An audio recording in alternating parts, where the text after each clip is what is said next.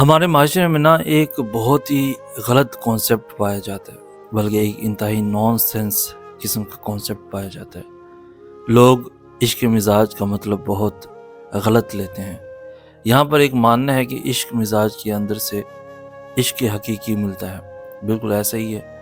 لیکن عشق مزاج لوگ کیا سمجھتے ہیں کہ جیسے ایک مثال ہے کہ لڑکی کسی لڑکے سے پیار کرتی ہے، اس کا دل ٹوٹ گیا ہے، تو وہ پہلے عشق مزاج تھا، اب وہ عشق حقیقی کی طرف سفر کر گیا ہے۔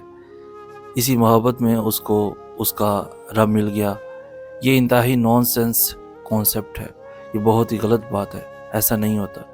یہ ہوس سے بڑی محبت میں خدا کیسے مل گیا؟ میں آپ کو بتاتا ہوں عشق مزاج آخر چیز کیا ہے۔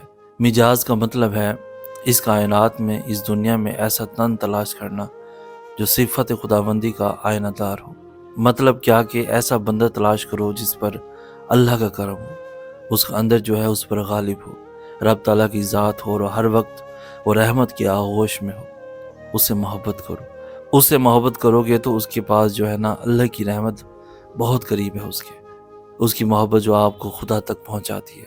ایسی محبت جو ہوس سے بھری ہو، وہ کیسے آپ کو خدا تک پہنچا سکتی ہے؟ یہاں پر مثال دی جاتی ہے کہ زلیخا اور یوسف جو ہیں وہ عشق مزاجی سے عشق حقیقی کی طرف گئے تھے۔ تو میں بات پھر وہی کروں گا کہ وہ یوسف تھا۔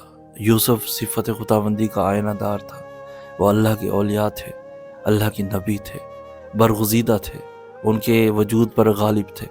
اللہ تعالیٰ کی ذات ایسے تن سے جو محبت ہوتی ہے، وہ تن تو آپ کو خدا تک لے جاتا ہے، لیکن ایسا تن جو خود پلیت ہو، جس کی سوچ میں ہوس ہو، جو شہوت سے بھرا ہوا ہو، وہ آپ کو کدھر لے کے جائے گا؟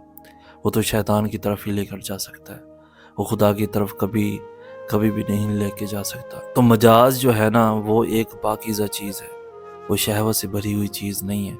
تو جو لوگوں کا یہ ماننا ہے کہ یہ دنیا میں جو ایک لڑکی لڑکا پیار کر کے عشق مزاجی کرے، یہ کوئی مجاز وجاز نہیں ہے۔ مجاز اصل میں اللہ کے ولیوں سے محبت ہے، ایسے تن سے محبت ہے جو آپ کو حقیقت کا راستہ دکھاتے ہیں۔ مزید ایسی خوبصورت انفارمیٹیو ویڈیوز کے لیے ہمارا چینل سید حسن آس بھی ضرور سبسکرائب کیجئے۔ ہمیں کہتے ہیں سید حسن آس۔ ہم ملیں گے نیکسٹ ویڈیو میں، تب تک کے لیے اللہ ہو آپ کا حامد۔